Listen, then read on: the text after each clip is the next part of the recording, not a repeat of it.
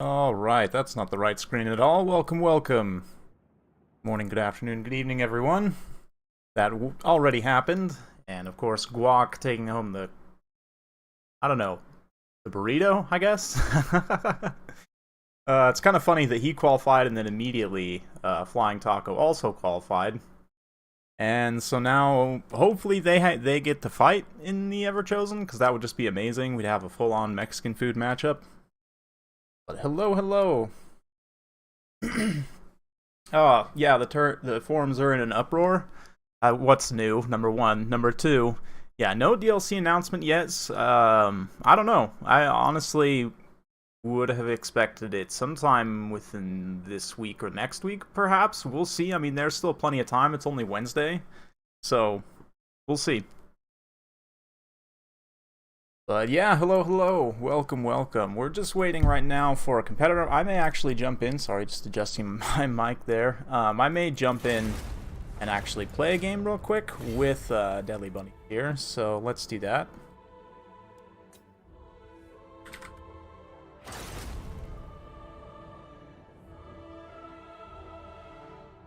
So yeah.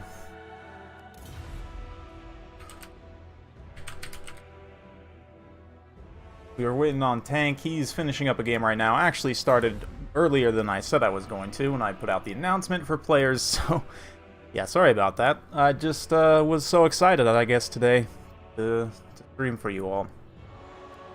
But we're gonna now play, and I'm not really too worried about army picks and everything. I'm gonna go Tomb Kings just because, you know, it's October and I want to play Undead, but I also want to play the least egregious Undead.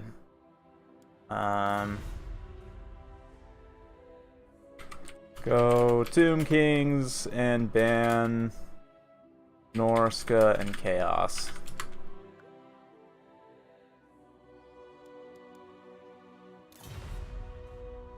Oh, of course, you're ready now, right when we're about to get a match in.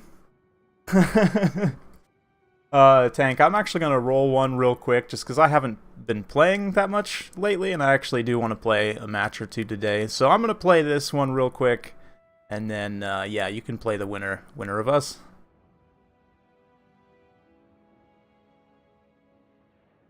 West, there's a tank mod that I need to resume my playthrough for the Empire. Yeah, that tank mod is going to be pretty good, I think. I haven't gotten that deep into the campaign so far, but just based on some custom battles I played and the fact that, yeah, there's some really cool, unique tanks in there. Like I said, I haven't got to them yet in my campaign, but just playing custom battles before was definitely a lot of fun. But anyway, let's go ahead and get my army picked here. If we're going to be going up against Foul... Vampire counts. There's only one lord to play. Lady, rather. That's Khalida, of course. We'll cut that here. Don't necessarily need the Tomb Strike. I guess the melee attack is nice. But, is it actually worth it is the question. Staff of Asaph is definitely not. Get a Lich Priest here. Definitely don't need Exorcism. It's completely useless for Tomb Kings. Immune to Psychology. Lol. But what is useful is we can get Nets here. We can get... tempted to take Banishment, honestly. Baroness Time Warp might be decent in some key situations. Ooh, that's 66% magic resistance. Forget about that item there. Don't play Tomb Kings all that often, if I'm being honest. But let's see what we want to do here. I want to grab the ROR Sepulchral Stalkers. We'll get one more. Doomguard get outclassed pretty hard here. In fact, my infantry fight's just going to be kind of bad in general, so maybe we want to saturate some Ushabti in there. And just put them on top of, like, Skeleton Spears, probably. We do have skirmish cavalry, but it can be caught pretty easily, so I'm not too enthused about that. Carrion are pretty good here, though, because they beat bats. We'll take a few of those for some extra cheap numbers. Man. Really don't play this matchup all that often.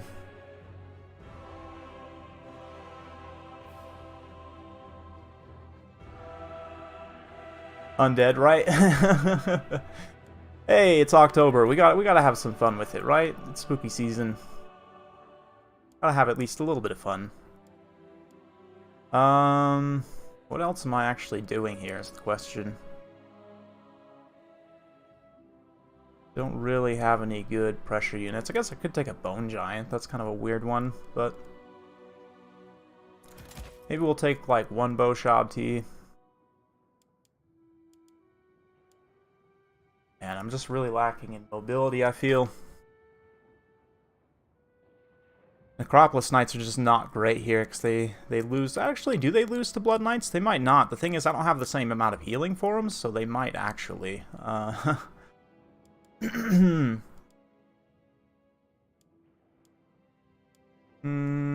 Scorpions are not amazing anymore. Not nearly as good as they used to be. Still probably pretty good. What the heck? We'll grab a Scorpion and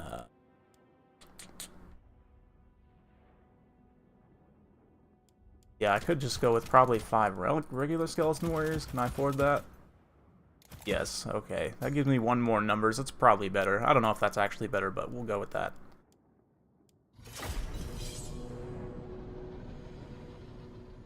Killing Cairn Race will be hard without the Cetra Chariot. Yeah, I mean, I guess these guys don't do magic attacks in melee, but I'm not too worried.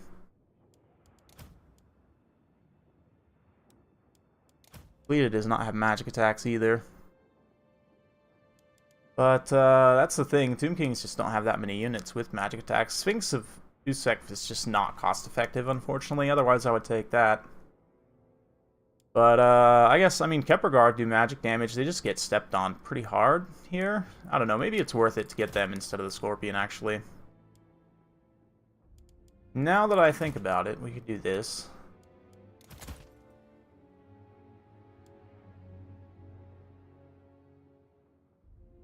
You know, actually, I'm going to trade this Bow Shabti out for another melee Shabti. But then I don't really have anything to kill more Dissensions, potentially. So, yeah, we'll go with that. And then... yeah, let's get another Skeleton Spear. Lots of chaff.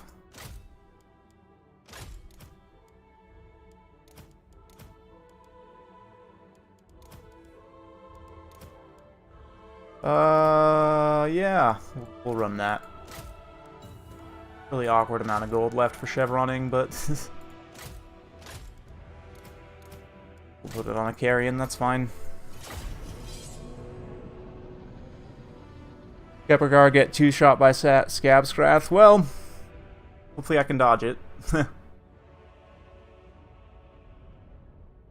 Because if they cannot just have their models get killed outright, then they can take the damage back. But does Scabscrath actually do fire damage? I don't know.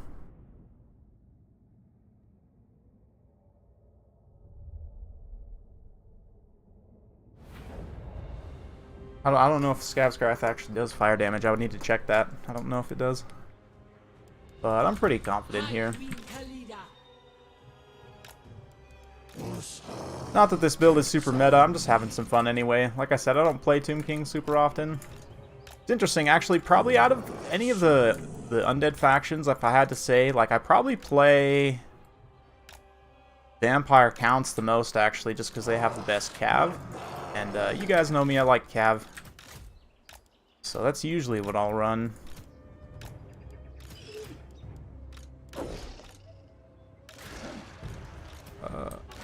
Okay. Warrior Queen. Nope. There we go. Okay.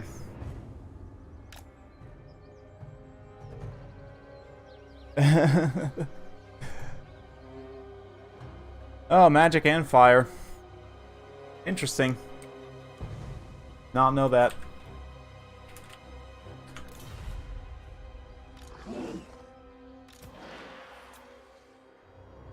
Might have been actually worth taking the magic resist item then on the Lich Priest to have him be able to resist that. I've actually never tried that, but in theory you could. Drop that down to like what? I don't even know. I can't do mental math right now. Like he's ready though. Let the spooks begin indeed. Who's spookier? I think probably Cleed is the spookiest, but I'm gonna kind of set up right here, I think. Actually, maybe no. Let's go over here. Got a lot of monstrous infantry. It's gonna be quite the mash here. But definitely want to start shooting. What are those? Black Knights, Black Knights. Elman Gorst. Uh-oh. You know who I better start shooting right away.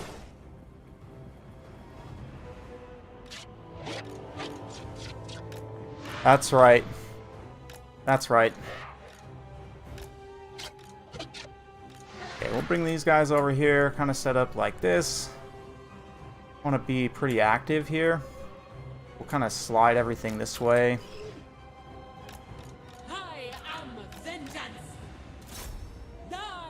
So go chase that White King down, start to go to Pound Town on these, ooh, there's some Graveguard back there. We can definitely go fight them and just die, probably. Actually, no, we've got to be shoppy here, that's right.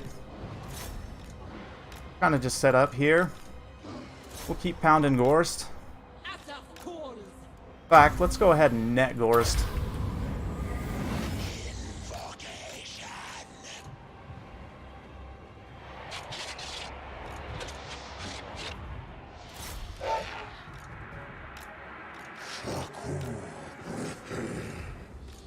Probably should send something besides just carrying out there, but it's fine. It's fine. You, Shoppy, also should definitely be in the front line here. Let's go ahead and blast one of those Vargulfs.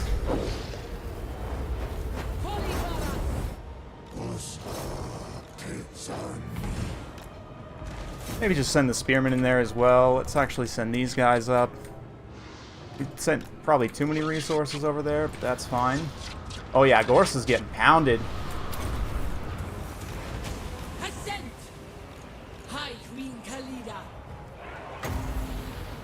Go ahead and drop a Baroness Time Warp right here.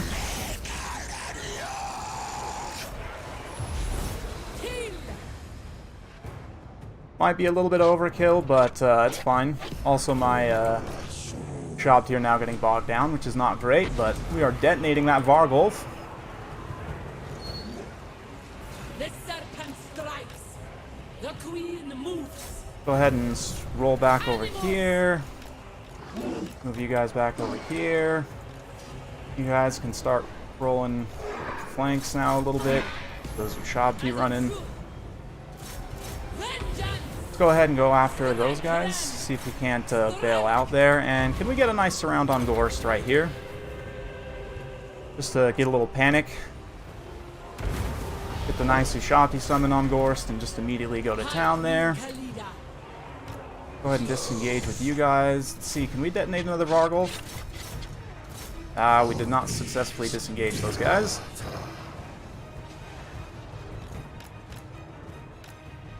All this mass, it's too much. Too much cost-effective mass. I took a fun build and he went with Gorst. What am I gonna do? Definitely forget to use that for sure. Where's Gorst? Where'd he go? There he is.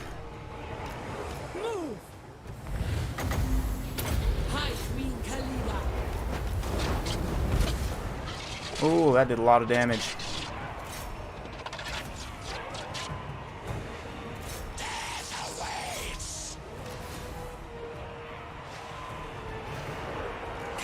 Come on, we can finish him. Just kill those stupid Vargulfs and we got this. I believe. You know what, actually, go for it. Go for it. Come on. Guard mode, you guys got this. Keep firing. Yeah, no, I screwed up. Got Gorsted.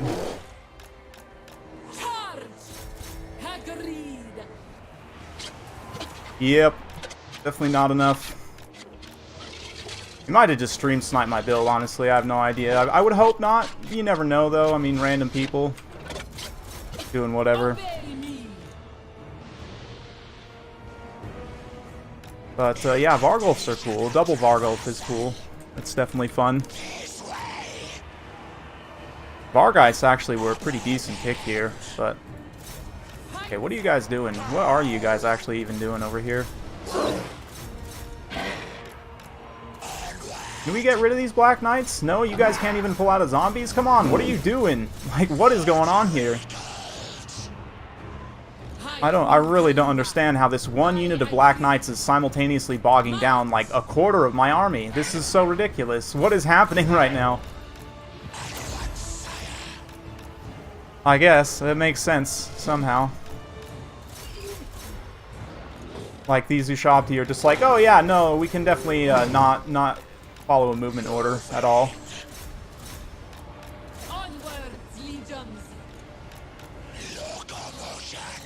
Oh my god, dude, come on. Someone is having a struggle today. Go ahead and just miscast and not even cast the spell? Are you kidding me? Really? Okay, alright.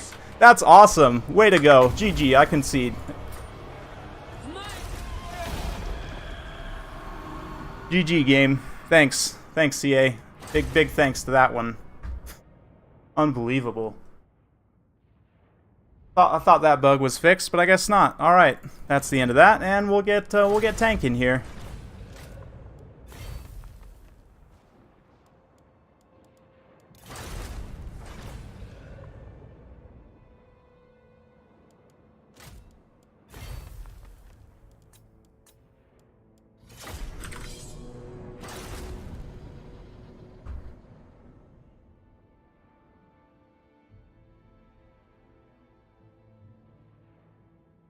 I don't know. In my opinion, the matchup favors vampire counts. Just because you have way less healing and summons, so like that problem of getting overwhelmed by numbers is pretty much always going to be the case. And like, cost for cost, like, Graveguard are just straight up better than Tomb Guard, right? And their infantry will outclass yours every time.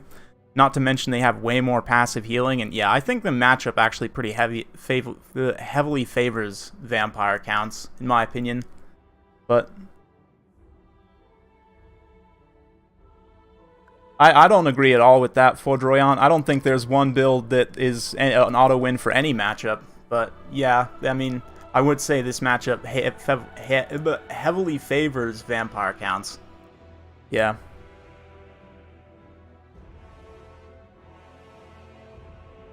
Yeah, you can win as Tomb Kings, but not if you're, you know, having fun like I was there.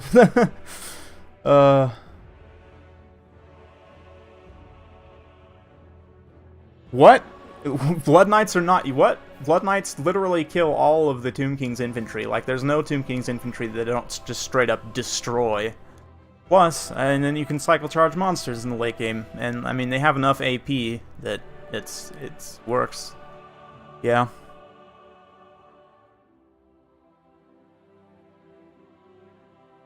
Yeah, you have a lot more tools, basically, is what I'm saying. Like, yes, the Tomb Kings have ranged, but that's specifically in that matchup because of the numbers game. Like, you can't protect your ranged as Tomb Kings. Like, because you just can't account for everything. Like, even if you bring a full 20 stack, at that point, your ranged units are probably not very expensive anyway. Like, you may not even have any Boshabti. And, like, they can just summon more anyway, right? So it's not, like, you just can't account for everything. And their stuff, yeah. Like I said, cost for cost, like Graveguard just straight up beat all of your infantry horribly. Pretty bad.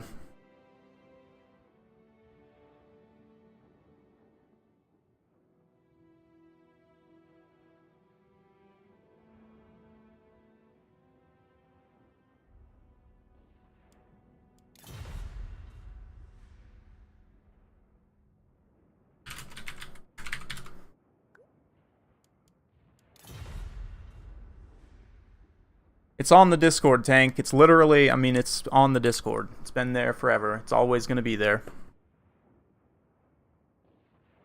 Yeah, but exactly. See, I'm having fun bringing Kalita, and like he can have fun and bring Gorst and still win, whereas I can't like bring anything fun in that matchup, right? And that says to me that matchup is clearly vampire counts favored.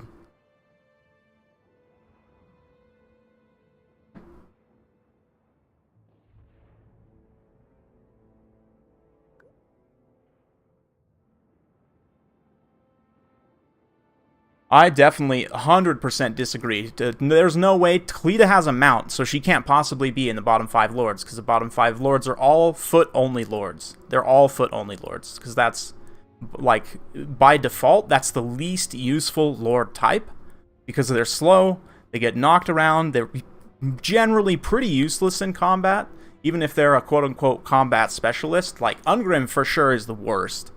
Actually, Tretch might be worse. I would say probably Tretch is worse.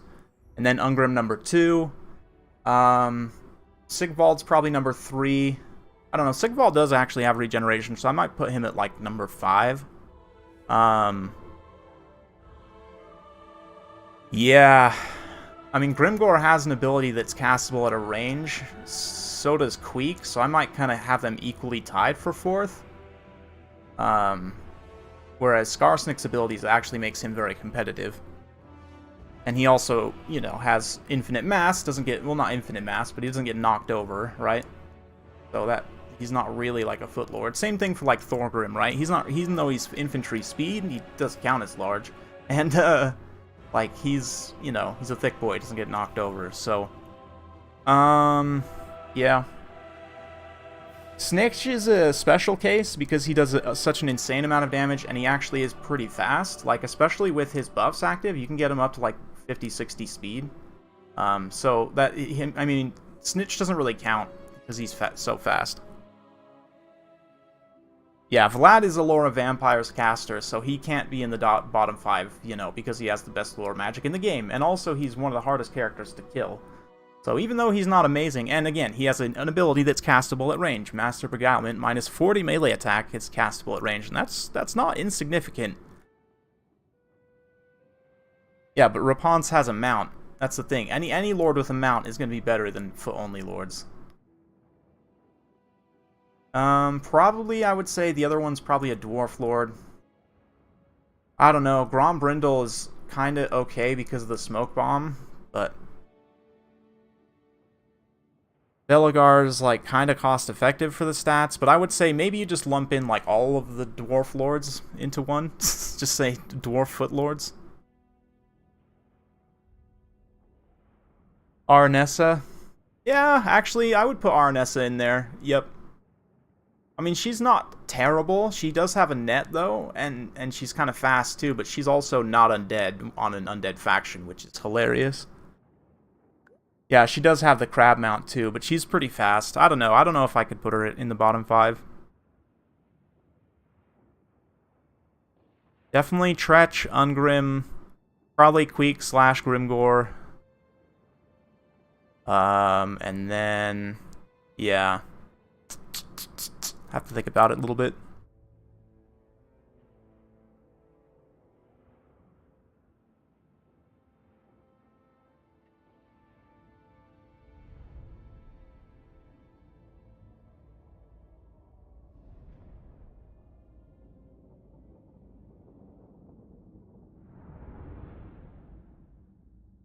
Sigvald, yeah, I'd probably put Sigvald in there. Even though he does have regeneration, he's just terrible. He's a bad melee combatant. Like, he doesn't have enough splash attacks. Like, his duelist trait actually works against him, right? Because he just ends up overkilling models. Like, because he only divvies his attacks out between, like, 2 models, right? Or 1, even. But, yeah, I'd go with Tretch, then Ungrim, then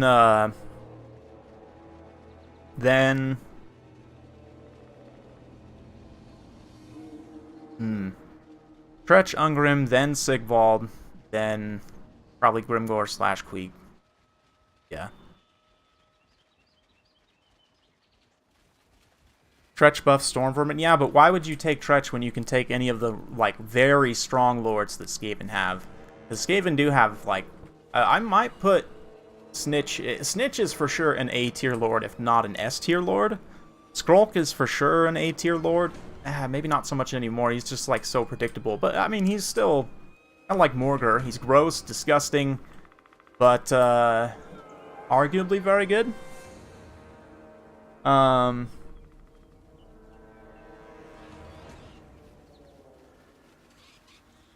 It's fine. You know, my caster, I played a game for the first round, and my caster just miscasted, detonated himself, and didn't cast Shem's Burning Gaze. So things are going great. Things are going great. Tretch is harder to snipe than Snitch? I don't think that's true at all. Snitch can hide a lot more consistently than Tretch because he has stock baseline. Because you can just avoid taking engagements with Snitch, whereas with Tretch, like, he doesn't have stock baseline. He does have Vanguard, and he can give himself stock, but yeah. I don't know. Lita has issues, major stagger issues. If she didn't get staggered so much, and if she had more mass, she'd probably actually be pretty good. But that's common of a lot of quote-unquote, like, horse-type lords. Like Raponce. Archaon's probably the best in that classification. But for sure, like, Tyrion, Raponce, Khalida, like, lords like that have major problems with stagger. So we're probably going to see a net breath on Gorst here, because there's no Cav in place. Yeah, you can see these Blood Knights quickly sweeping on back. They definitely need to hang around Gorst and prevent him from getting destroyed. We've got Fireborn here, 3 Swordmasters, and 2 Sisters of Averlorn. So very straightforward High Elf build here. Right now, the Star Dragon and Alariel chasing some bats. Gonna burn and Tempest there. I don't know if that's even worth it, but that's fine. Zombies taking a little bit of the heat from Sisters of Averlorn. But this is a pretty small high elf build. I'm a little bit concerned here. I mean, obviously Gorst is going to get detonated by these Sisters of Averlorn. The question is, will it actually end up mattering? Because 3 Blood Knights, I don't know. Gorst is dead, though. I mean, Gorst is for sure just going to die right here. These Swordmasters could basically clean up this entire infantry line, but I just don't know. 3-on-1 Blood Knights versus Fireborn. If even one of the Blood Knights gets loose and starts, like, cycle charging through the side here. Oh, are we going to see a Wind of Death? Oh, no. Oh, he managed to dodge it. He managed to dodge it. But Gorst does burn a lot of his Winds of Magic there. And, of course, Blood Knights, again, not being in position to support. Looks like, yeah, Gorst is going to get absolutely killed there. He actually pops Leader Noctis to make himself die faster, which is acceptable. I'm a fan of this fate for Gorst, so yeah. Bye-bye, Gorst. It was definitely not nice knowing you. Air superiority lost? Oh yeah, his air superiority of 3 bats. Also, this is pretty subpar right here. It's just like having all of these Blood Knights kind of blobbed up. You definitely need to spread them out, and yeah, I would maybe have gone like 2-on-1 on the engagement here and taken another to protect Gorst, because the Blood Knights will destroy the Star Dragon if they can charge it while it's on the ground. Like, if you kind of use Gorst as bait, right, and then you have the Blood Knights charge the Star Dragon when he's trying to snipe Gorst, it works pretty well. But here, like, they kind of just ran up around the side unsupported, and, I mean, I don't know. This kind of took a little bit of a bad blob engagement there. But eventually these units are going to start to get home on the Sisters of Averlorn, and that charge will punch through. It's just without the healing. Like, not taking a separate Necromancer from Gorst, proven to be a little bit of a mistake here. Like, yeah, you've got these 2 White Kings with Scab's Wrath, but the Swordmasters will actually kill the White Kings. That's one thing about taking them in this matchup that kind of noticed recently, and in a lot of matchups actually right now, because the kind of cheap armored foot hero is in the meta, since you see it pretty frequently, but this is exactly what tanks should do here, which is to charge the 1 unit of Blood Knights that can still potentially threaten him directly. That way they can't charge him once he's on the ground, right? Because if he were to have charged one of these other targets, they can then come, like, charge the Star Dragon in the back, but yeah, it's over at that point.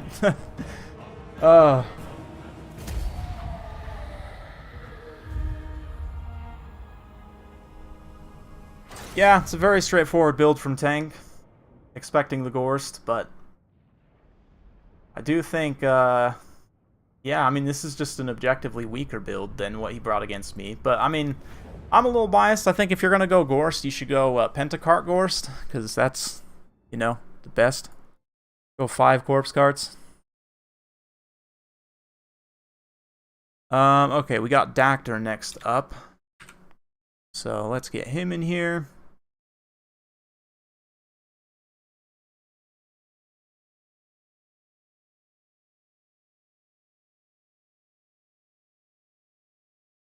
Okay.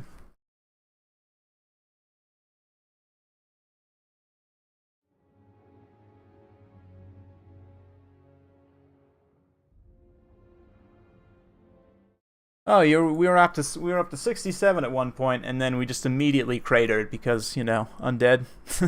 That matchup was pretty one-sided.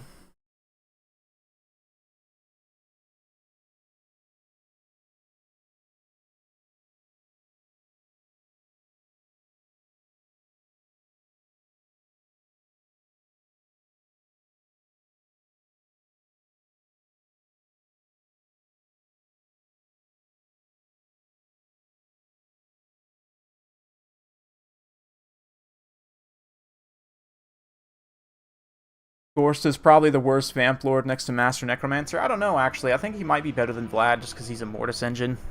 And he's a great distraction tool. Like, your opponent will want to snipe him because he's so snipeable. And depending on what tools they have, like, if they only have melee tools, like, in that situation, it's a little bit of a weird one, because you kind of have to pressure the Sisters of Avalorn, right?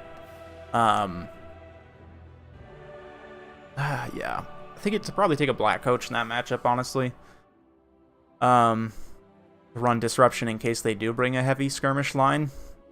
Because, like, that build was pretty thin, but he ended up getting blobbed up on some engagements, then also, again, kind of losing Gorst out and not having any other additional magic support. Like, I'll almost always run Gorst with... Because he doesn't have the zombie summons, I'll almost always run him with a Necromancer, also on a Corpse Cart that has zombie summons, just zombie summons. So, worst case scenario, you still have something to use your Winds of Magic.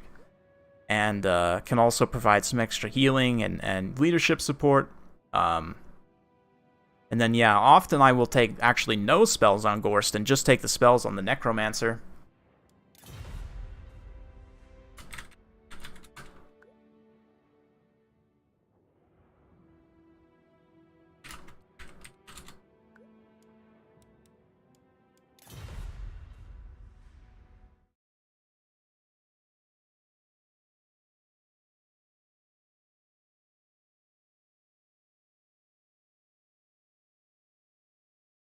Oh yeah, I like using Gorst sometimes. Some wild builds.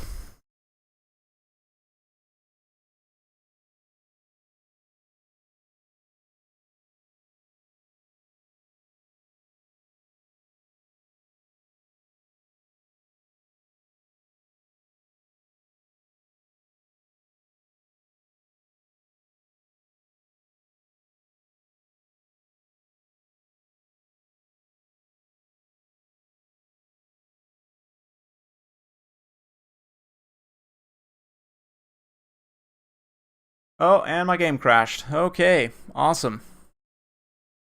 That's good. That's really good. Okay, let me rehost the game. I'll just host as a spectator this time, I think.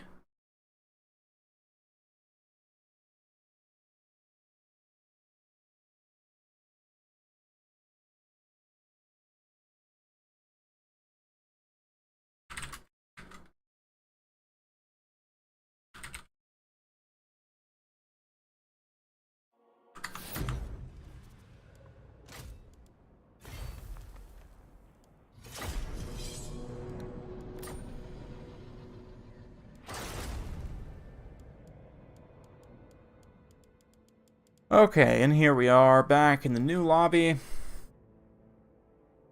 Let's see. What am I looking for? MP Heinrich Ridge.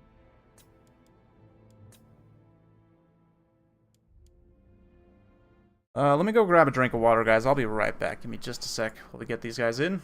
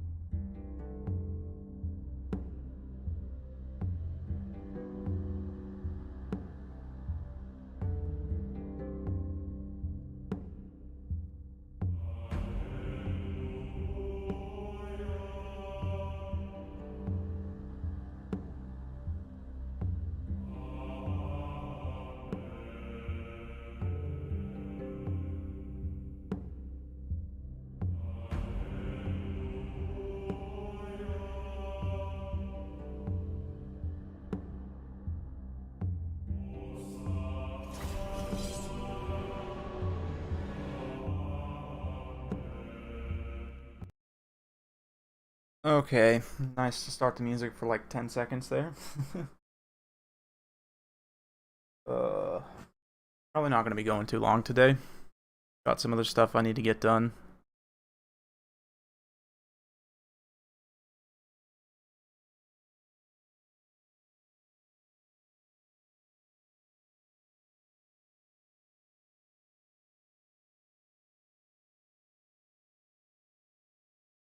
Yeah, my issue with Crypt Ghouls is their AP is so bad that even against units that have like 60 armor, they just, I don't know, like Silver and Guard beat them pretty hard, I think.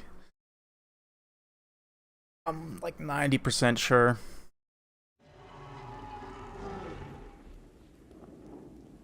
Anyway, let's have a look at what we got here. Is music turned off? What's going on here? No, it's on. Okay. Interesting. Alright, so for the Wood Elves, for Dactyr here, we've got Durthu and a Branch Wraith. Probably, yeah, a bunch of Way Watchers. Pretty typical. Eternal Guards with shields. And one thing I'm really hoping in the Wood Elves DLC is that they buff Treekin, because Treekin are just so bad. Wild Hunters of Kurnos here, Wild Riders with shields, Sisters of Thorn.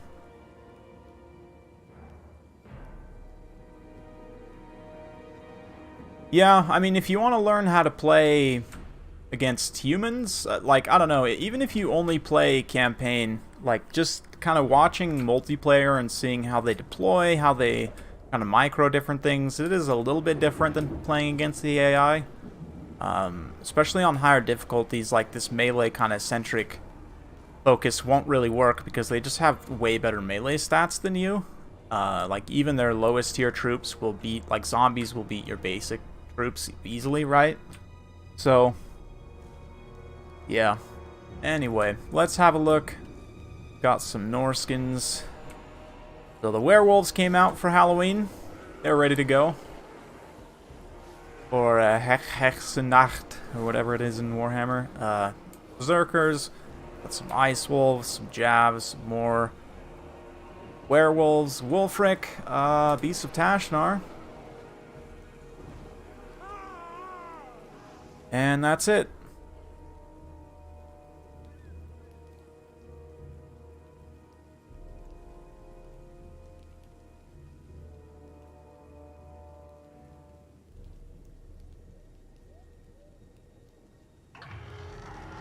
Sorry, just getting distracted by something over here. I'm way tired all of a sudden. I don't know. I was feeling fine when I started streaming, but I'm just like dragging super hard here. I think I need to go get some coffee or something. It's, yeah, I don't know. Anyway, we'll push through.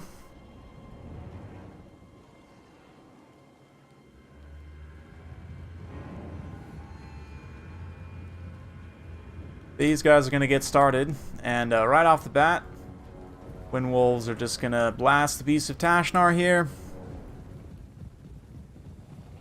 Yeah, I mean the Wind Watchers.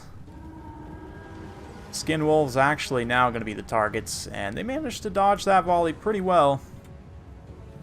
Skin Wolves are definitely the play in this matchup. They're kind of the only viable play in this matchup, in my opinion, because Mir just get absolutely gatted by missiles, so you gotta run the Skin Wolves, and Wood Elves do have a little bit of fire damage. I mean, you got your Eternal Guard, Blade Guard. I'm struggling today, guys. Jeez, I don't know if I even should be streaming. But anyway.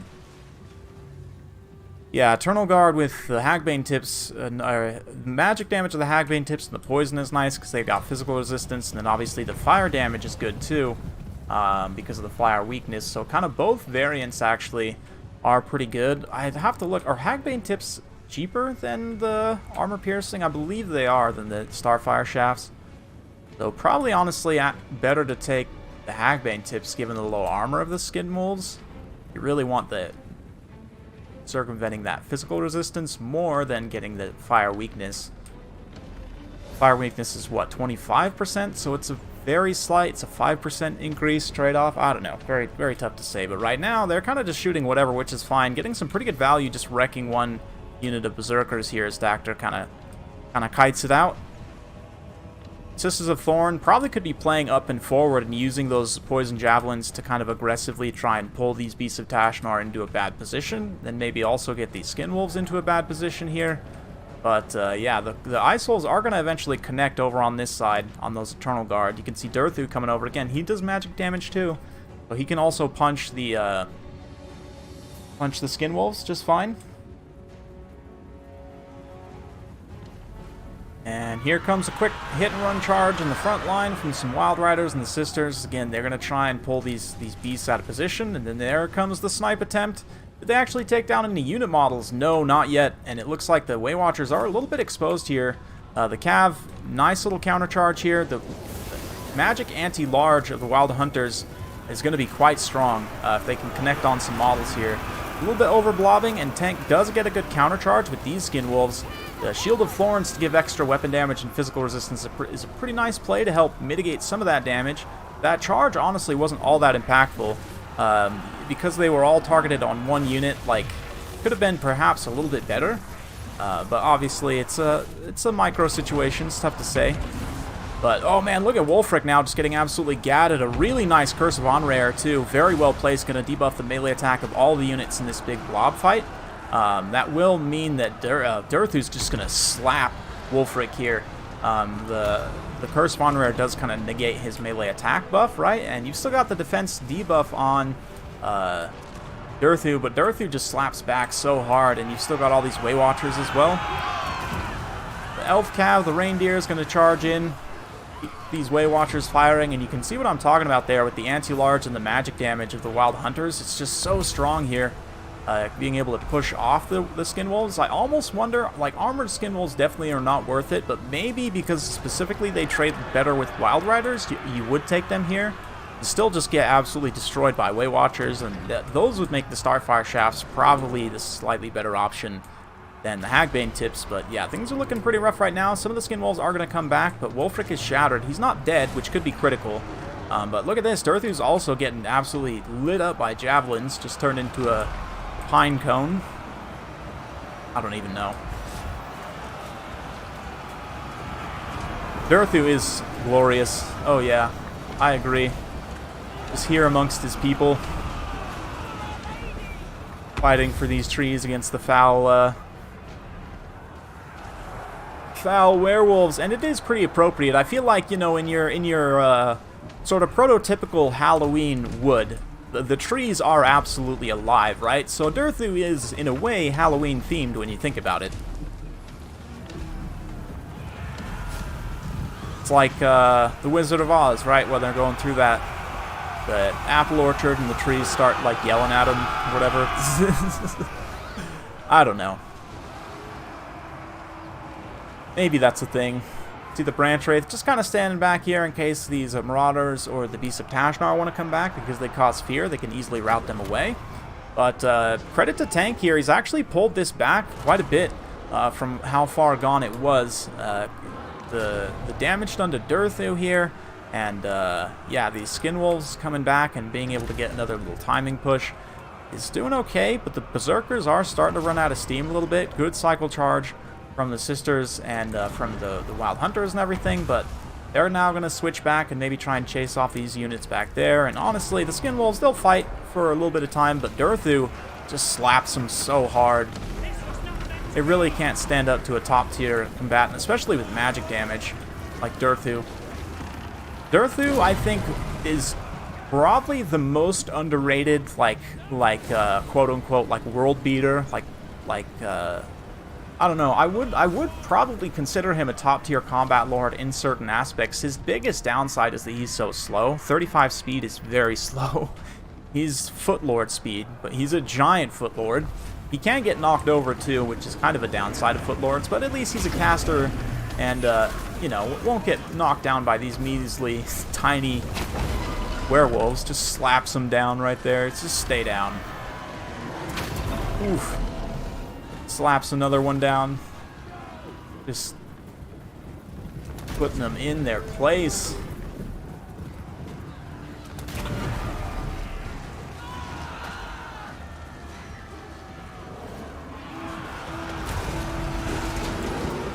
No, you're breathtaking. Yeah. Yeah, it's all the Warhammer stuff to a degree can be construed as Halloween themed. mean, you've got like rat men, got you've got trees coming alive, you've got all manner of spooky undead things, you've got werewolves, I mean literal actual demons, and demon worshippers. Bad dog. Bad man dog.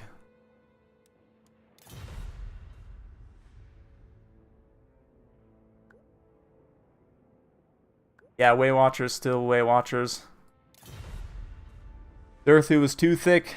Yeah, Wulfric on a Mammoth, he is a super risky pick, but at the same time, there's not really like a good pick for you for Lord there, right? Because you don't have any Lords with good missile resistance. Like Throg has healing, but no, just no. Yeah.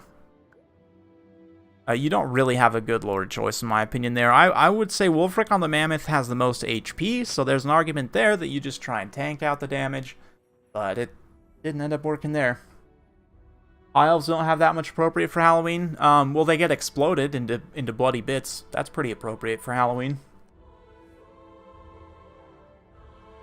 Also, dragons, they're not really Halloween themed, but maybe. Yeah, no, they don't really. The Empire doesn't really either. Maybe the Witch Hunters, you know, he's like a Van Helsing kind of dude.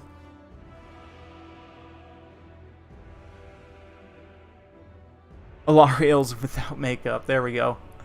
Let's see who's up next. We've got Legion.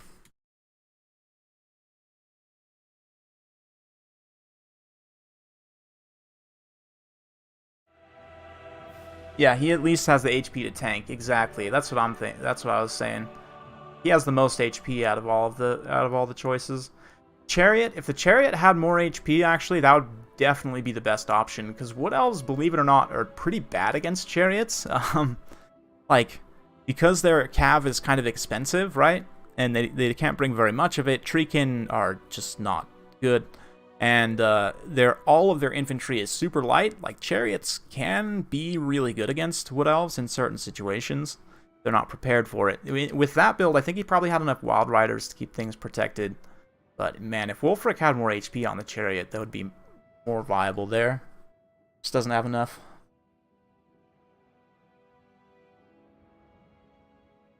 Shadow Warriors, Shadow Walkers especially, maybe they could work for Halloween.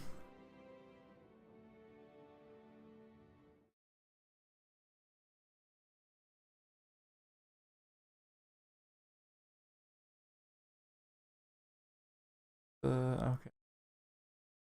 Let me do this. I totally forgot to do this beforehand, but... You know what? Should we have some Dance in Warzag? Let's have some Dance in Warzag. Not exactly Halloween themed, but... Warzag just needs an excuse to dance, to be honest. He will dance for all time. Just like that. Oh, it just makes me happy inside looking at it. Anyway, okay, let's get this here.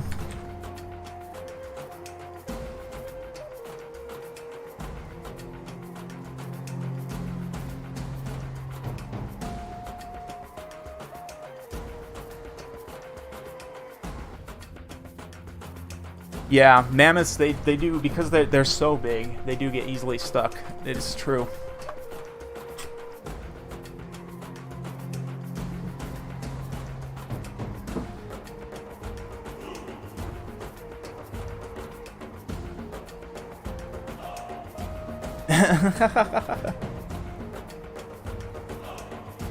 Okay.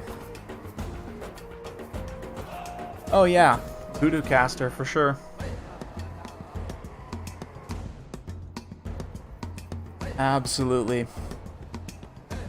It was an interesting situation, Dactor. I think I mentioned it in the cast, but that Curse of Onrahair that you threw down, I think was pretty decisive, because that was not only it was debuffing his speed too, right? Like he was getting stuck on Durthu.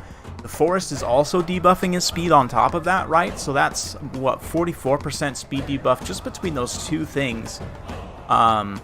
And then, I don't know, I think maybe the Sisters also hit him with some poison missiles, potentially, to where he was significantly... Not only was he, like, stuck up, Like, he was significantly debuffed in terms of his speed as well, and melee attack, so yeah, that, plus all the Weight Watcher heat, obviously, but that's pretty clear.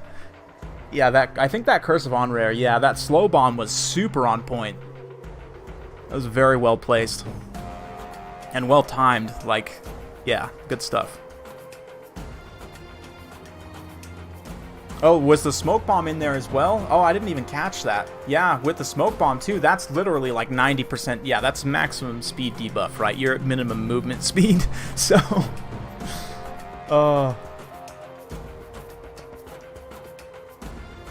beautiful.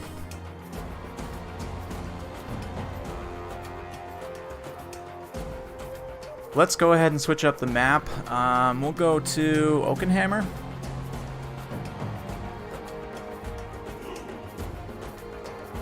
I love that YouTube suddenly is like, oh, you have 0 viewers now.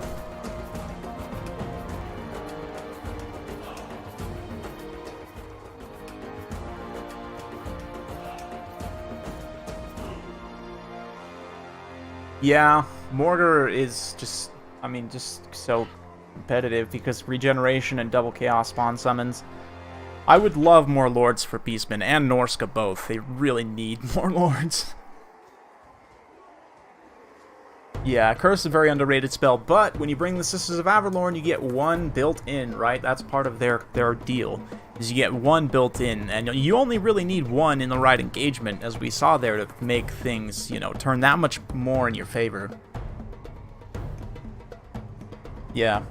No, I wouldn't cast. I don't think it's worth casting Curse of On-Rare, but having it on the Sisters of Thorn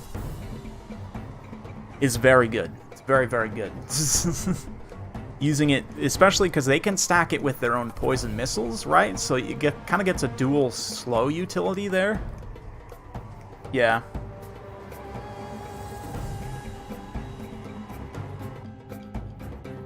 Sisters of Thorn, not Avalorn, yeah. I forget. They're all sister elves to me.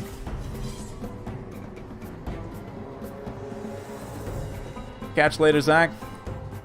Yeah, depending on how long this goes, I may drop by your practice session later. We'll see. Yeah, Chaos you have generic caster lords, right? Which is something that Beastmen and Norska both lack. Right? Interestingly, too, the Empire does. I honestly think every faction that has access to magic probably should have generic caster lords. Just saying. Just saying. I mean, I know the Empire is very good already, and it probably wouldn't actually change that much for them. It might, actually, now that I think about it. Because you run, like, a Gelt in certain matchups, and if you could run, like, a Death Gelt, basically, or, like, a... I don't know. You know, pick your Gelt, I guess, but...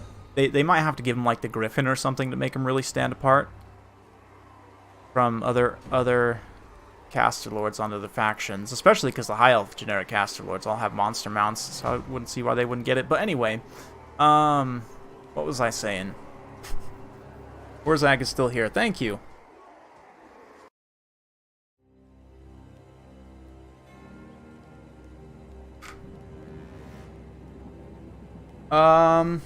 Anthony, probably the best strategy guide I would say is just to watch YouTube content.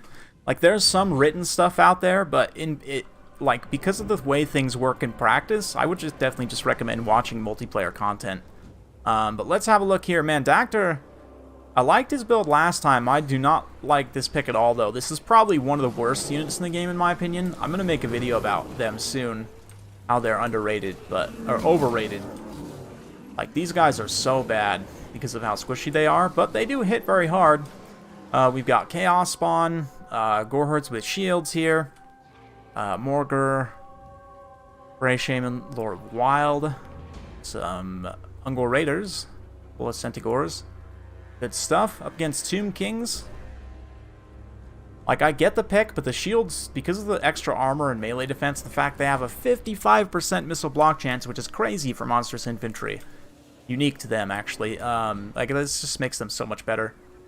my opinion. Did the Tomb Kings actually bring missiles to block is the question, and the answer is no, they did not. All melee, and with this one missile pick here, the Wild Casket that obviously can't be blocked. Necropolis Knights with Halberds, again, weird pick. I think the Lance version's much more cost-effective, just better in general. You've got Tomb Guard here, Skeleton Spears, Kepler Guard, and Hyrule Titan. Just what? Both builds, very strange. I guess you can kind of do some things in this matchup, but the Necropolis Knights with Halberds are not that strange. It's just that the Lance version is straight up better. It's not quite the same for Demis. Like, Demis, there is an argument to be made for Halberds in very specific matchups. Whereas here, I think I'd have to do some stat comparisons and try and remember, but I think the Necropolis Knights, like, even with the anti-large bonus, once you factor that in because of the attack and charge difference and the cost difference, like, it's just way better to bring the Lance version. Yeah, bonus versus infantry. I believe the shielded ones are the same cost as the dual hand weapons, if I remember correctly. I might be misremembering that, but I think the shields are actually the same cost. I could be wrong. But, yeah, see these Minotaurs here. Gonna get blasted. Oh, the tree blocks the shot there from Hyrule Titan. Poor Hyrule Titan, so sad about missing his Shem's Burning Gaze. These Goreherds will get in here, absolutely wreck these skeletons in a pretty big hurry. I guess there are, what, Tomb Guard up front? This is not going to be such a good matchup for them. Tomb Guard will actually win here pretty well, I think, because of their high weapon damage and the fact that they're undead. Yeah, 42 melee defense, also pretty solid, but it may not be, you know, quite so one-sided. Kind of just depends on some various factors. Cetra dives immediately into the backline, though, does get a terror route on those Goreherds there, and now the spawns start to surround him. Casket still being online is a pretty big deal, but it looks like we've got the Summon Manticore dropped on it, so it should be shut down relatively soon. Spear's a little bit late to react there, but yeah, the Tomb Kings doing a great job doing damage to the Goreherds and just routing them off, but the spawn rush is on. You can see with the spawn in melee here, plus the 2 summon spawn also up now, this Hyrule Titan is basically just going to be slogging for the next, 3 minutes or so. And the Minotaurs with great weapons, the great axes here actually do get a solid engagement. Kind of the one thing that they could pay for themselves against is Cetra, and they managed to get some really nice damage on him with the spawn, also providing that poison and the mass and everything. So Legion having a little bit of a tough time of it. The Beastmen, because of that power spike of the summons, shutting down that casket was absolutely massive. Now the second Manticore summon active, and yeah, apparently the Beastmen are not so bad against undead if you can just have a massive power spike like this to where your units won't want to route. Nice Flock of Doom placement. Do some decent damage to those Scorpion Legions there. And although the Ungor Raiders don't have great AP values, the volume of fire here on the Hyrule Titan is going to be really nice. Got this big old line of all these unit models. So, I mean, 90 unit models still basically on all of them, more or less. Maybe not quite, but pretty close. Be able to do some nice consistent poke to these units as they kind of run around. Keep in mind though that as the balance of power starts to equalize here, or sorry, as the summons fade, the balance of power will equalize.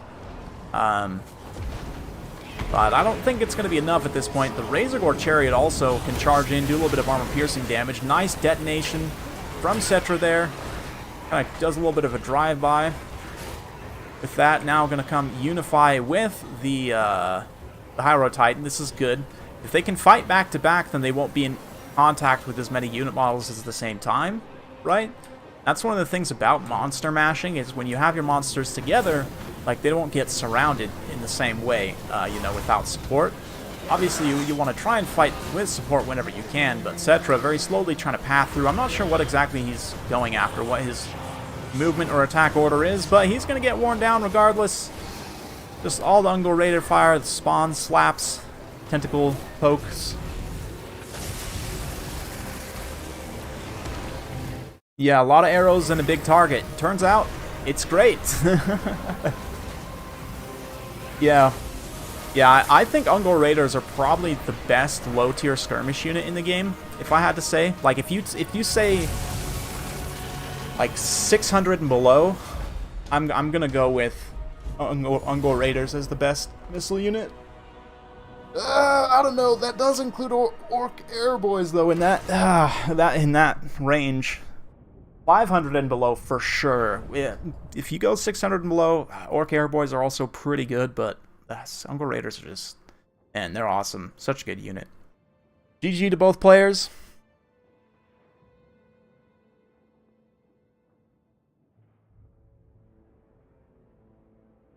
Yeah, I think demis are better. I mean, they do a little bit less damage, kind of, in a way, but I don't know. I find from the formation that Necropolis Knights usually don't get all their models into contact anyway on like an infantry unit, unless they get like a surround on a monster. But let's go ahead and get the next competitor in here. Who we got on deck?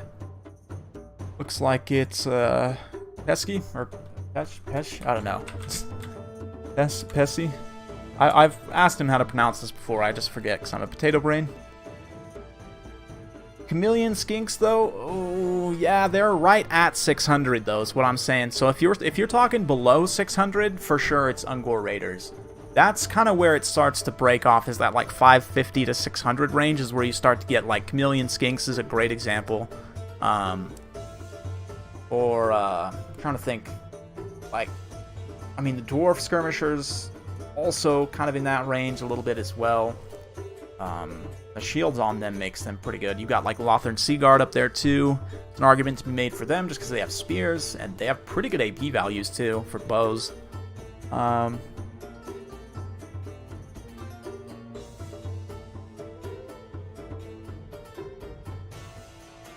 Night Goblins with Fanatics for surprise massive damage. I like that. I like that. I'm actually going to grab something. I'll be right back.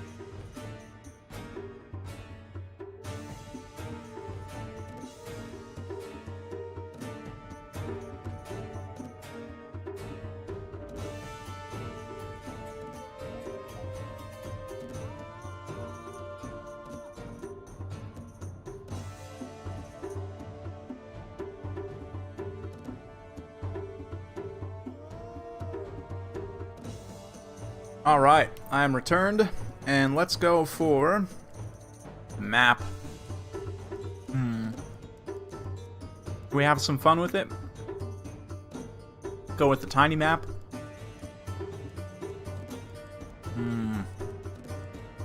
Go with an open map. Yeah, let's do Peak Pass? No, that one's way too big. Alpine Ridge. Let's do Alpine Ridge. This is a fine one, yes. Kind of disfavors the dwarfs a little bit, but that's fine. I mean, it's dwarfs. They can still do some things on this map, though. Bump wagons. Yeah, they ended up not being as common. I think Creative Assembly realized, and they kind of gave them some nerfs, like when the DLC came out, right? And with the Nuts and Bolts update as well. And I mean, they're okay. They're still pretty cost effective for what they can give you. I think you probably should see them more than you do, but like as part of a combined force, they're pretty solid. It's just there's other sources of AP anti-infantry that people tend to go with that are kind of, I'm not going to say more reliable, but you don't have a hard time often winning the infantry fight. What I think they're really good for is tying down like missile units. Like if you did take them against like Skaven, for example, and if you can get them into the Skaven backline on some weapons teams, like they're pretty annoying for them to have to deal with just because they're so cheap. So yeah, I mean, you probably should see them more than you do, but I don't know.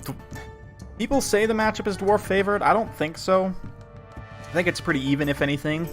Greenskins also have some really good tools in this matchup. They have a lot of really cheap, cost-effective AP units. So, it's an interesting one.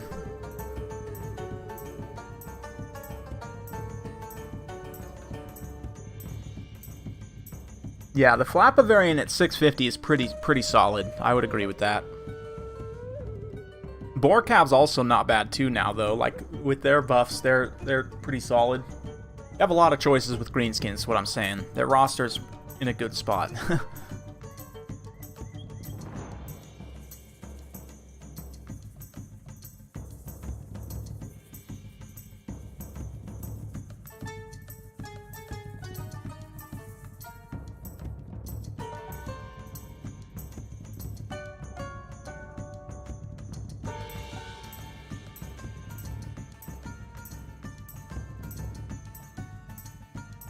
Yeah, I did see that. Remember that, I should say. They used to like throw the little spores that would actually do the full damage. Now they don't, which it's interesting, you know. With the witch cart, I honestly kind of want them to add it back because without it, it's completely useless. Buff Bob. Yeah, the witch car is so bad, though. It's probably the worst monster in the game right now.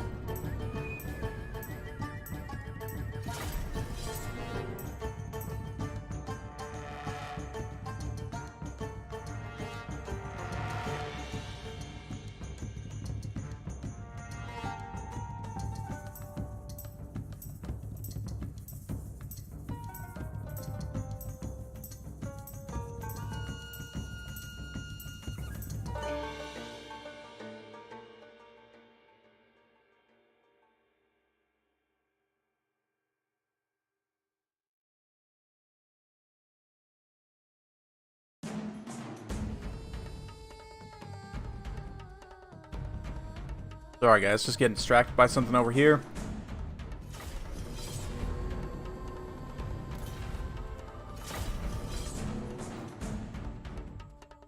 Spider Riders, oh man. Right?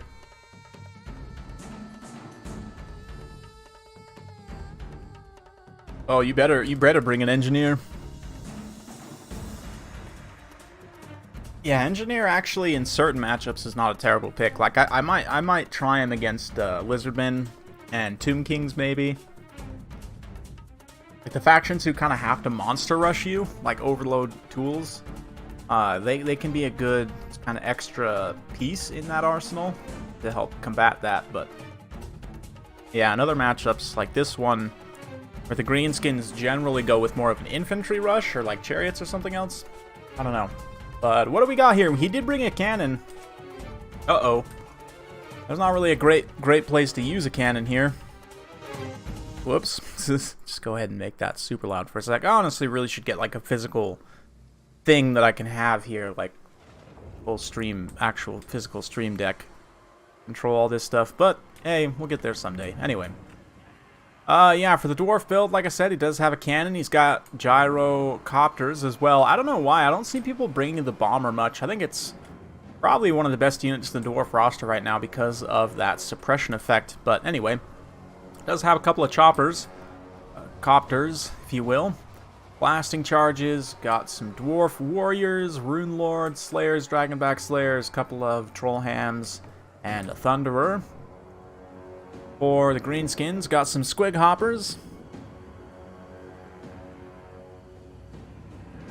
Let's see, we've got Azag here. Boar Chariot, big fan of this pick. Night Goblin Archers, Goblin Rock Lobbers, Night Goblins, Warlords Boys here, got 8-peak Loons also, Rusty Errors,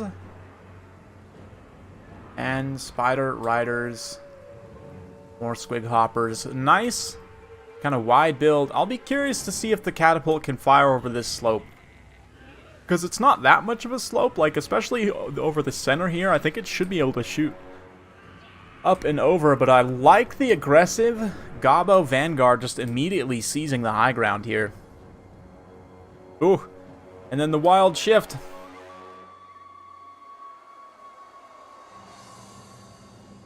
And he shifts back to the center. And right here, yeah, trying to find a good place to operate this cannon, because it's really going to be at a bit of a disadvantage here.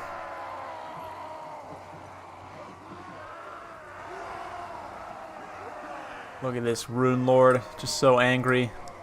Why don't I have more abilities castable at a range? Why can't I cast all of my abilities at range? That's what he's saying to himself. Could you imagine, though? Could you imagine if you could cast all those abilities at range? They might need to change the damage resistance one. The physical resistance? Maybe not, actually. I don't know. Currently, only Rune of Wrath and Ruin is usable at a distance.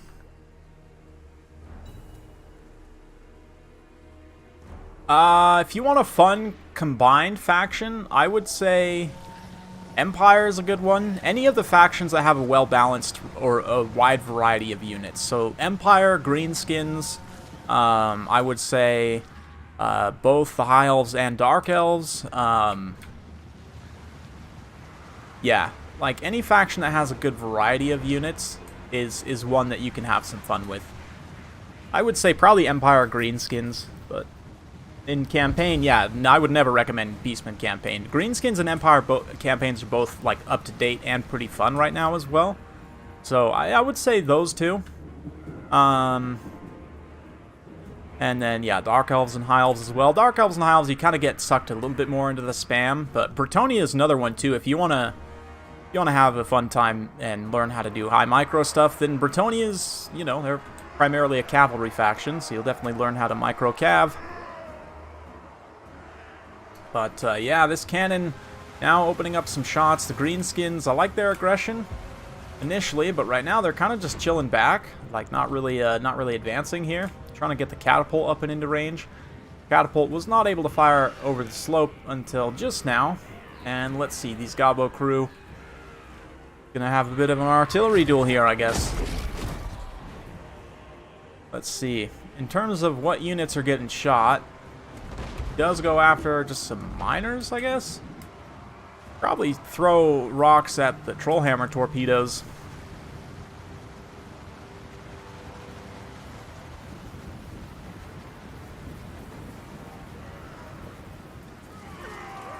Yeah, Tomb King's campaign's a little bit weird though, because you like unlock units through buildings, and well, that's normal, but rather you can only build a certain number of most units. Like besides your very basic units, you can build as many as you want, but you can't also recruit as many stacks as you want. Like you have to actually research more stacks, which is kind of I don't know. I'm not that big of a fan of that mechanic personally. Some people really enjoy it, but cannon does get some fire here on the Boar Chariots. Maybe a glancing blow there, nothing huge, but with the catapults firing, you can see the cannons are kind of pushing up a little bit here, along with the rest of this army. They have been taking some shots, but they could be pressuring Azag as well, just kind of forcing him to continuously micro Azag. If he slips up, you could punish him for it, but as it is, yeah, something did a lot of damage. Wow, to the gyrocopter. I must have missed that. Was that Spirit Leech? Tomb Kings is an end turn simulator. Yeah. Yeah, actually a flame cannon would have been good here, because flame cannons have decent arcs. And they also have pretty short range, so like you're not missing out on that much. Not paying for a bunch of range that you're not using.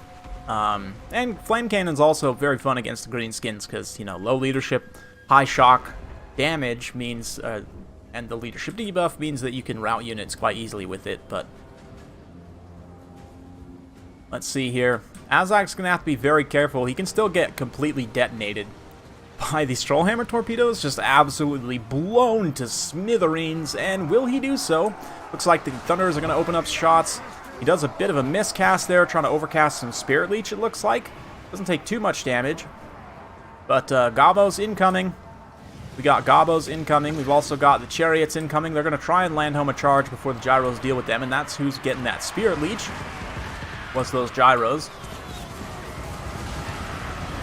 And there it is. Oof. Massive blasting charges just annihilating those poor Fanatics there. The Fanatics do get cast, but the cast is kind of a little bit weirdly placed where they don't get fully down the line of, but there we go. Ooh, that was some great contact there on those miners. More Fanatics being unleashed down the line this way. Even the 8-peak loons, but they actually turn around and mostly do damage to themselves. So that's just amazing.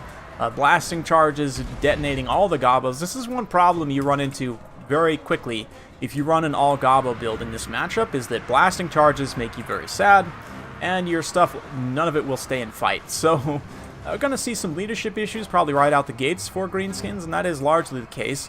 That being said, they're pressuring these Gyros, doing a good job there. And the Fanatics probably got some decent kills, but it's just not great right off the bat. The Squig Hoppers do get home and try and get on some of these Trollhammer torpedoes and other weapons teams, but look at this. Azag still just taking torpedoes to the face. Point blank range there. A little bit of friendly fire is what it is, but some more Fanatics being unleashed, and the Wah now being popped as well as a nice timing push comes in. Those nasty Skulkers unfortunately got a little bit caught up on the Dwarf Warriors there, and these Skulkers also not engaged, which is pretty rough. Bit of a rough draw.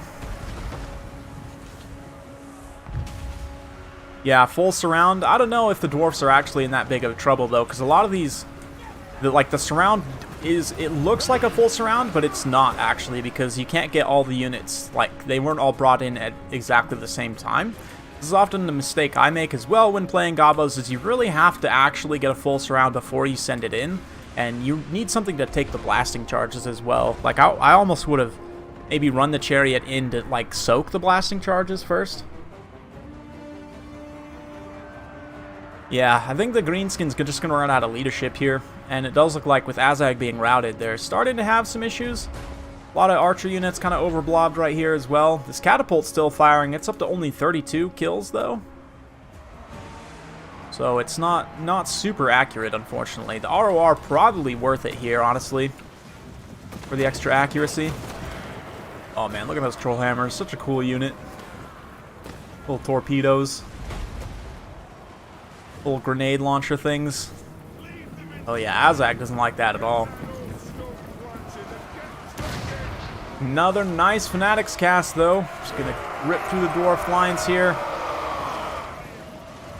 Decent damage, not quite enough.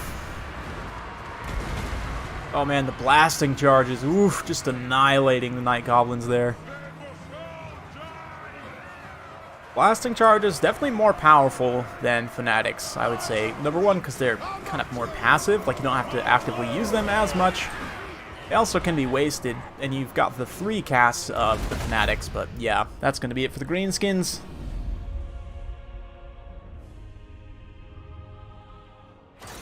And it was a nice attempt. Dactor going pretty far today so far. He's got 3 wins on the board. I guess I could put up a scoreboard if anyone cared, but does anyone actually care?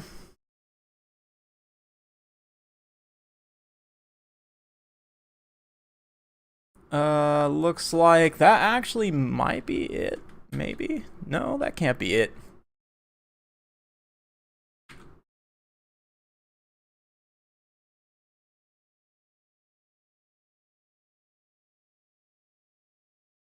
Oh, Ice Power. Ice Power looks like might also be down. Cool. We'll get another.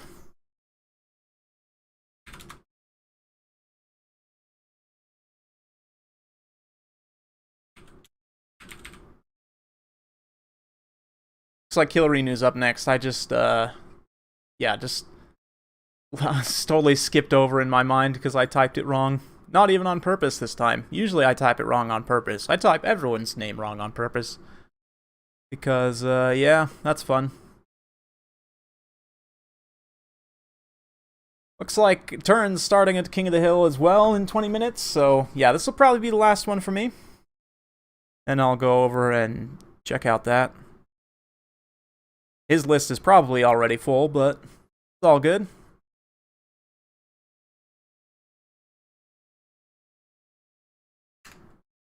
That tier list was fun, by the way. That was a fun one.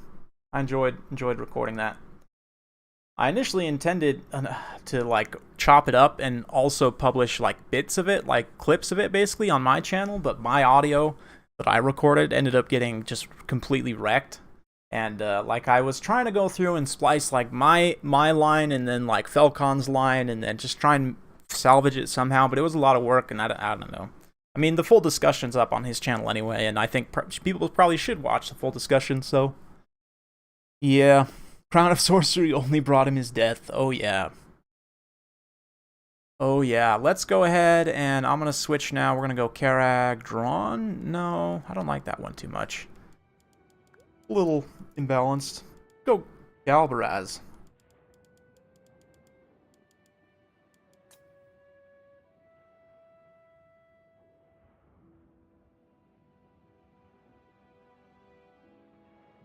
Oh, yeah. It's kind of warm in here, actually. Maybe need to go turn the heater down. I'll be right back. This music back on for you guys.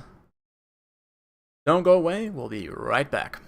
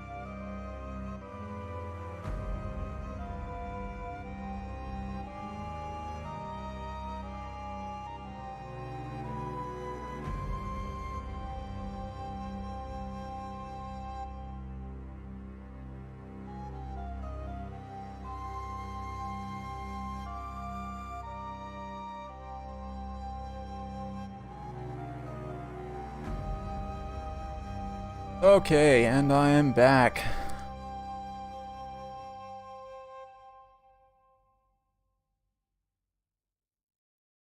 See what we got going on here.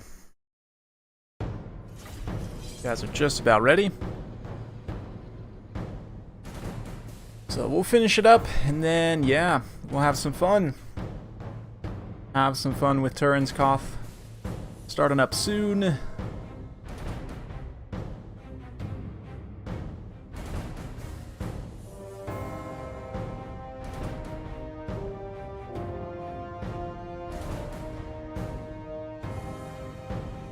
Wow, it's crazy how fast the signups go. It's like 5 minutes and it's full. Pretty insane. Okay. Ready to go.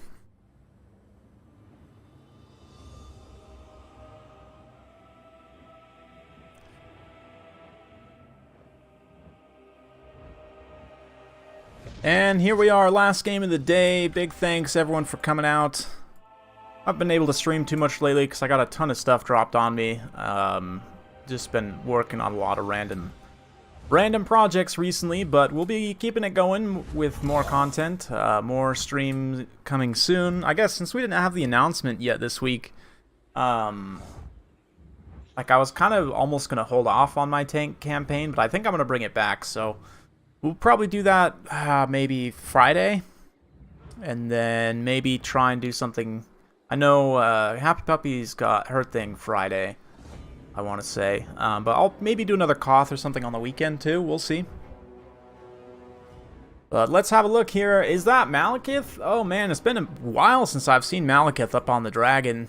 We've got here a couple Sisters of Slaughter, Bleak Swords, Bloodrack Medusa. And yeah, I've got some Repeater Crossbows, some Dark Riders. On the Beastman side, Gore Herds, more Ungor Herds, and Gore Herds. Sons of Goros here, we've got a whole bunch of Pig Herds, Butchers of Kalkengard, of course, Morgr going to be leading the way under his own banner. And the Brasham Lore of Vild. So fun stuff, Malakith, interesting. You don't see him too much anymore. One of the biggest reasons why, and it didn't seem like that big of a change at the time, but I knew it was going to be pretty impactful, is the 5% physical resistance. He used to have a full 20% physical resistance, now only 15. Might not seem like that much, but I mean 5% of 5,000 is a good extra 50 HP or so, right? Wait, no, that's not right. Anyway, math. It's a bit of extra HP. Quite a bit of extra HP potentially that he could take, and while it's not decisive, that little bit of extra can make the difference on whether he'll rout or not. You know, like if he's gonna stay in a particular fight or even stay on the battlefield, like if he takes a ton of damage. You can see the balance of power favoring the Beastman very heavily here already, and that is pretty common. Hey, what's up, Great Book of Grudges? What's the meta these days? I'll tell you what it's not. It's not this. It's not double Medusa Malakith. This build also, the Ungor Herd I'm not really a fan of. Ungor Spears and Ungor Raiders are fantastic. Some of the best units in the game. But these regular Ungor Herds, and they do look extra creepy somehow. The ones from Morgr's faction, because of the color scheme. They're just like all pale and gross. Like me. Don't go outside. Look at the bags. Oh, that I was going to say under his eyes, but he doesn't really even have an eye. Sad beast boy. Yeah, I think his name is Brad, I want to say. I'm gonna go with Brad. Lots of Brads and Kyles ready to rock. Hey, what's up, Sass Bros? Oh yeah, the Pig Herds too. Like, I don't know why, man. Morgr's color scheme is just that much more disgusting on all these Beastman units. Ooh, they're nasty. Nasty boys. That's some bad bacon.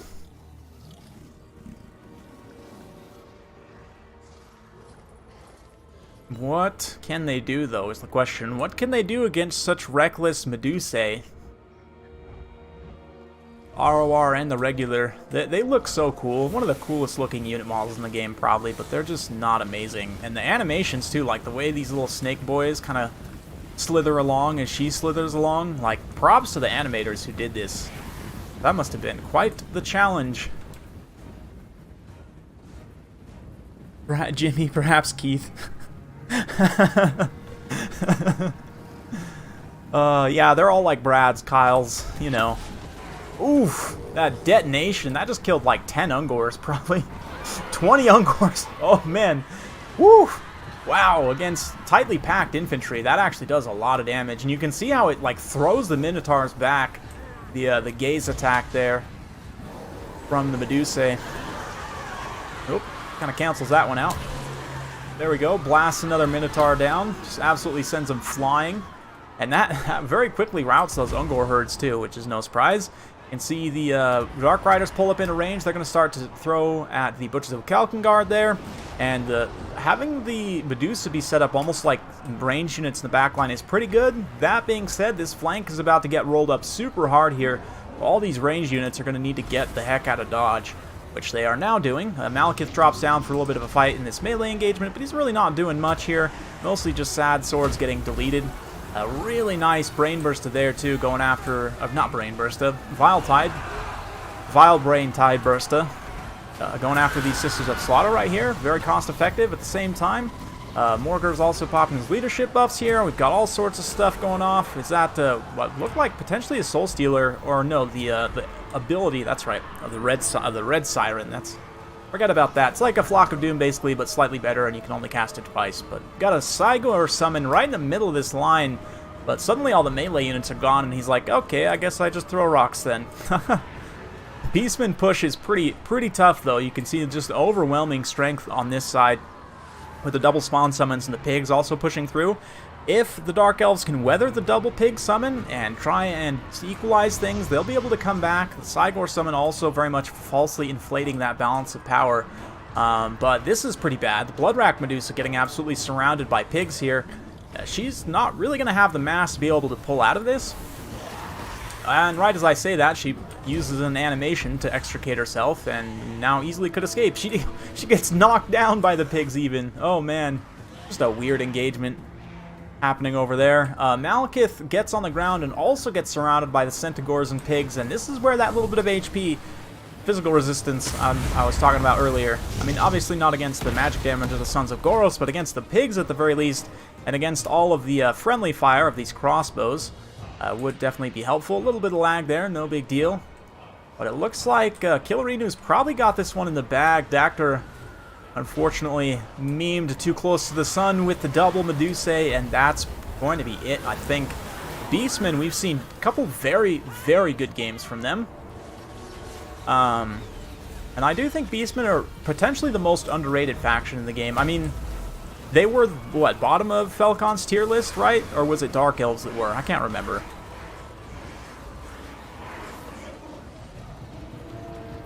Snake Waifu, oh yeah.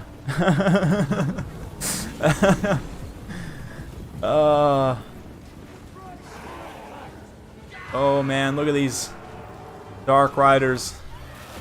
They're done. They're done, Riders.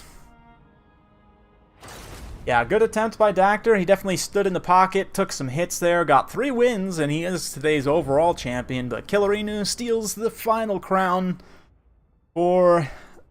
yeah, the last game, and that's going to be it from me. Turn should be starting up soon. But let's have a look. Thank you all for coming out. Oh, geez, yes, Turin is actually starting his intro right now, so perfect, literally perfect timing. So I'm going to send you guys all on over there. Thank you all so much for coming out. Been an absolute pleasure. Big thanks again to all the players and all of you, and we'll see